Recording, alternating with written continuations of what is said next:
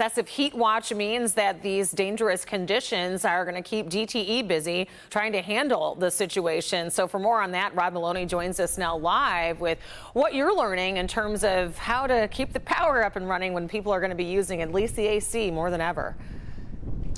That's right, Rhonda. You know, one of the things they're breathing a sigh of relief about this morning is the fact that we didn't have those major storms last night, so there aren't major outages. Now, we're here at the Pontiac service station here, where they have most of their repair crews that they marshal out of here. And they're telling us that they're very happy that they didn't have all of that manpower out there yesterday, and they're sort of girding now for those high temperatures. Right now, it's 74 degrees right here in Pontiac, but it's going to be about 94 or 5 here about this time tomorrow. And so DTE is saying they are in fact getting ready. They have a lot of things that they do. I spoke to Trevor Lauer, who is the president and chief operating officer of DTE, and this is what he told me just minutes ago about where they are right now. We'll stop any conditional maintenance that doesn't need to be done so that all the plants are up and running. We'll check and make sure that all the fuel sources we need are there.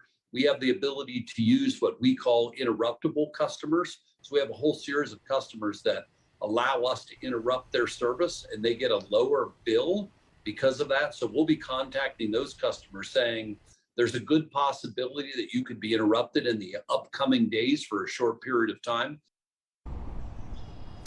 And so if you are on that, you should be on notice now that you could be losing power up to about 15 minutes at a time. But here are some of the things that the DTE is recommending you do over the next 24 hours if you can. First of all, they would say cook outdoors. If you've got a barbecue grill, cook outdoors. There's no need to cook inside the house. Close your shades. Don't do laundry if you don't have to. They say on your dishwasher, don't use the heat function. They say take out a dish towel, dry the dishes that way. Take some quick showers, turn down the hot water heater.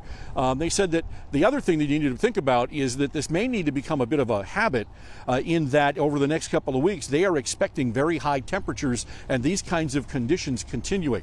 So there's much more to this, and we're going to take a look at that.